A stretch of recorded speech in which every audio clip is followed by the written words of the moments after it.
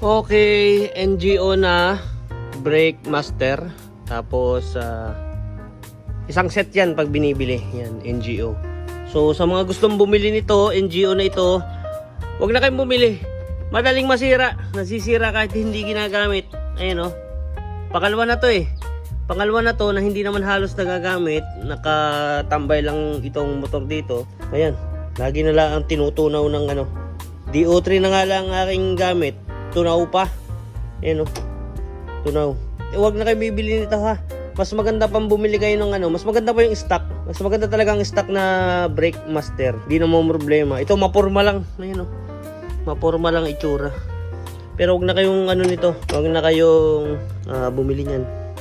Pangalawa na yan. Lagi na lang nasisira siya. Okay. NGO Thailand na naman.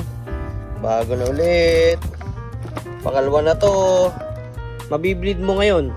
Tapos pag na-bleed mo siya ngayon, okay na. Iwanan mo siya ng mga 1 linggo na hindi ginagamit. Siya, wala, sira. NGO on tatak. Huwag na kayong bumili niyan. Sayang lang ang pera nyo. Maganda lang yan. Pero pangit sa performance.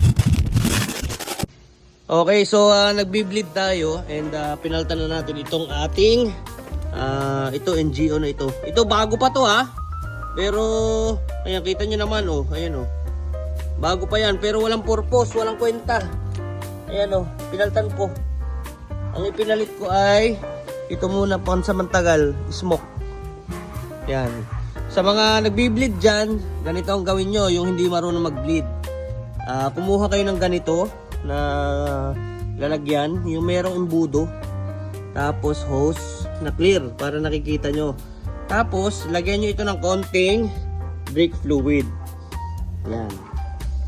Tapos, pag may brake fluid na siya, pisilin nyo siya ng kaunti, i-connect nyo sa dyan, sa dulo niya, at saka dito sa kanyang bleeder. Yung bleeder nyo, buksan nyo ng konting-konti lang. Hayaan nyo siyang humigop ng paka o konti. Yan, kung napapansin nyo, yun o. Umaangat yung hangin. Yan yung hangin na laman nito. Yan. Sa mga tamad pong mag-bleed dyan, yan lang inyong gawin.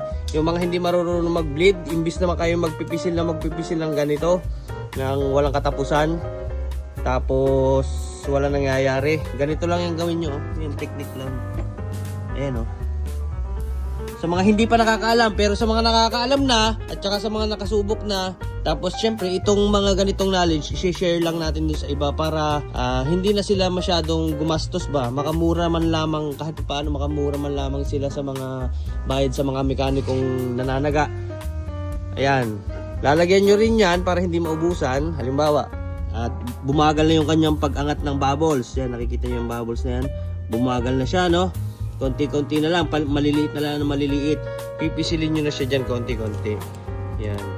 Para, tanyo, pipisilin nyo para puwersahin niyang bumilis yung yan. Pero pwede nyo namang pisil-pisilin siya. Kaso pag pinisil-pisilin nyo siya, ito mauubos. Siyempre, tamad tayo. Ganito ang ating gagawin. Yan. Hayaan nyo lang siyang higupin. Ito. Lang ating lalagyanan. Ayan. Ayan o. Ayan. Okay. So hanggang doon na lang muna. Nagpalit tayo ng preno kasi ng brake master. Ito. Smoke. Racing smoke. Lahat naman racing. Nagpalit muna tayo kasi ito, katulad nito. Tingnan nyo mabuti. Kabago-bago na ito. Pangalawa na ito ha. Pangalawa na. Ayan o, tumatagas siya. Kahit anong gawin nyo. Ayan o. Nare-repair naman siya kasi ang pag ganito na mga lalagyan, mga ano, pwede dito pang Mio. Pang Mio ang ating ginagamit dito. Kaso, ang pangit naman kung lagi-lagi ka na lang magre-repair. Every time na ma-stuck ka, hindi siya waandar, hindi mo napapakinabangan ng mga ano, mga wala pa ito, 1 week to 2 weeks pa lang itong hindi mo napipisil. Ayun, nagkaganyan na oh. Lagi na lang, pangalawa na ito. So ayoko nang pumangatlo, kasi pag pumangatlo ka pa, eh wala na, ito na ang binili ko. Mas mura pa, mas reliable pa. Diba? Okay, so yun lang. Sa mga hindi marunong mag-bleed dyan, ayan lang ang technique oh. Ayan nyo lang. Ayan nyo siya mag-bleed ng kanya.